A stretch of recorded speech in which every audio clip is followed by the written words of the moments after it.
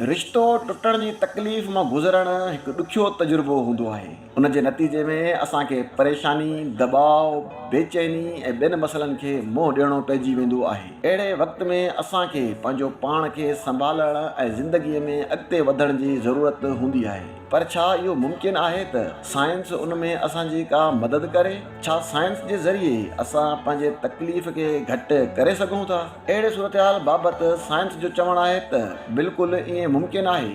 Science असांखे ॿुधाए थी त रिश्तो टुटण जी तकलीफ़ असांजे दिमाग़ जो रद्दअमल हूंदो आहे। जेकॾहिं असां कंहिं सां मुहबत करियूं था त असांजे दिमाग़ में मुख़्तलिफ़ हार्मोन्स ऐं न्यूरो ट्रांसमीटर्स रिलीज़ थींदा आहिनि, जेकी असांखे ख़ुशी, मुहबत, इंतज़ार ऐं लॻाव जो अहसासु ॾियारींदा आहिनि। उन्हनि मां कुझु डोपामाइन, सेरोटोनिन, ऑक्सीटोसिन ऐं एंडोर्फिन्स शामिल आहिनि। उन्हनि जे करे असां पंहिंजे साथीअ सां जुड़ी वेंदा आहियूं। असांखे अहसासु थियणु लॻंदो आहे त उन खां सवाइ रही न सघंदासीं। पर जॾहिं रिश्तो टुटंदो आहे त दिमाग़ सभु हार्मोन्स ऐं न्यूरो ट्रांसमीटर्स घटिजी वेंदा आहिनि। पर जॾहिं रिश्तो टुटंदो आहे त इहे सभु हार्मोन्स ऐं न्यूरो ट्रांसमीटर्स घटिजी वेंदा आहिनि ऐं असांजे दिमाग़ में मुख़्तलिफ़ तब्दीलियूं ईंदियूं आहिनि। असांजे दिमाग़ जो उहो हिसो जेको तकलीफ़ खे महसूसु कंदो आहे उहो फाल थिए थो ऐं असांखे जिस्मानी ऐं नफ़्सियाती तकलीफ़ जो अहसासु थियणु शुरू थी वेंदो आहे। असांजे दिमाग़ जो उहो हिसो जेको ख़ुशी महसूसु कंदो आहे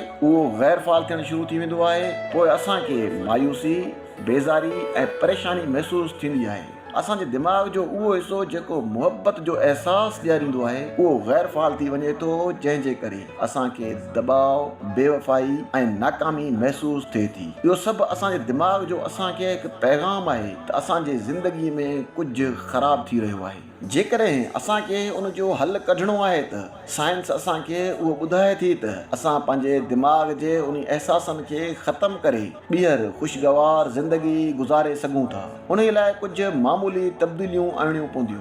सभ खां पहिरियां मथे ॼाणायल पंहिंजे अहसासनि खे क़बूल करियूं ऐं उन्हनि जो इज़हार करियूं। पंहिंजे दोस्तनि, कुटुंब जे फ़र्दनि या कंहिं माहिर सां ॻाल्हायूं ऐं उन्हनि खां मदद वठूं। पंहिंजे अहसासनि खे लिखूं ऐं गाना ॿुधूं। भले जेकॾहिं रोइणु अचे त रोई ॾिजे या का ॿी शइ जेका असांखे आराम ऐं सुकून ॾिए उन कम में पंहिंजो पाण खे मसरूफ़ रखूं।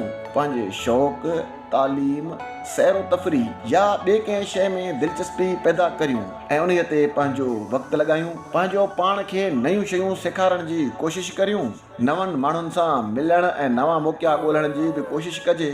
ख़ासि तौर ते पंहिंजे सिहत जो ख़्यालु रखिजे। सही मिक़दार ऐं सही वक़्त ते खाधो खाइजे ऐं जिस्मानी वर्ज़िश पिणु फ़ाइदेमंद अमल आहे।